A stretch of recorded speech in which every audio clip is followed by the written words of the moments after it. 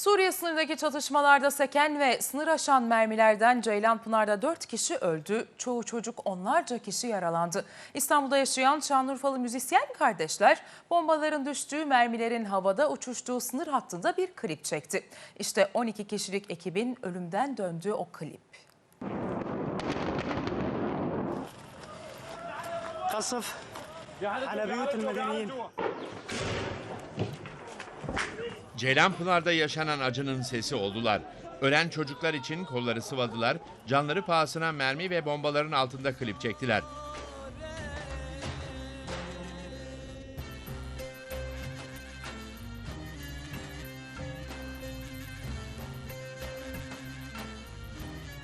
Ekrem ve Mehmet Arpark, İstanbul'da yaşayan müzisyen kardeşler barış mesajları vermek için 7 bölgeden 7 türkünün yer aldığı bir albüm çıkardı.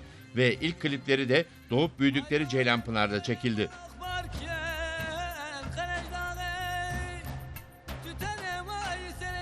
Amaçları Suriye'de El Nusra Cephesi ile PYD arasında yaşanan çatışmalardan dolayı Ceylanpınar'da yaşanan acıyı anlatmaktı. Yüreklerine ateş düşen ailelerin sesini duyurmaktı. 12 kişilik ekip bombaların patladığı, mermilerin havada uçuştuğu sınır bölgesinde gece gündüz çalıştı ve Hore klibini çekti.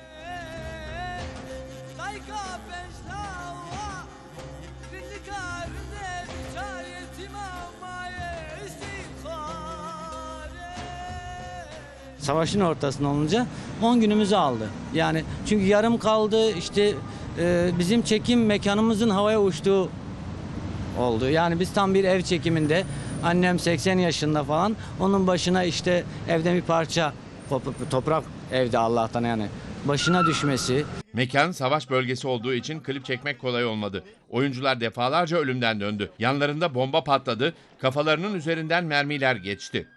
Gelinle kardeşimin sahnesi var. Kurşun ikisinin arasından sıyırıp karşı duvara saplanıyor. Klipte öyle bir sahne var ki tam çiçeği koparıyoruz sınırdan, karşımızdaki bina bombalanıyor. Dünya üzerinde yok böyle bir şey. Oturup çay içerken karşı tarafın toplu mezara ölülerini attığını izliyorsunuz.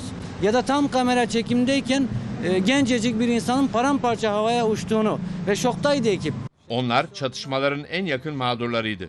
Abileri vurulmuş, 3 yeğenleri can vermişti. 3 tane yeğenimizi kaybettik, onu söyleyelim. Çok yakın yani, teyze çocukları, akraba. 3 tane yeğen, 16, 17 ve 19 yaşında. 3 genç. Biri başından vuruldu, kalbinden vuruldu. Ve oradaki her insan bizim yakınımız. Klipte yer alan oyuncular da bölge halkıydı. Arpark kardeşlerin annesi, kız kardeşi ve yakınlarıydı. Tek profesyonel isim oyuncu Leyla Sultan Özgün'dü. Ve bir annenin yaşadığı evlat acısını anlatan bu klip büyük ilgi gördü.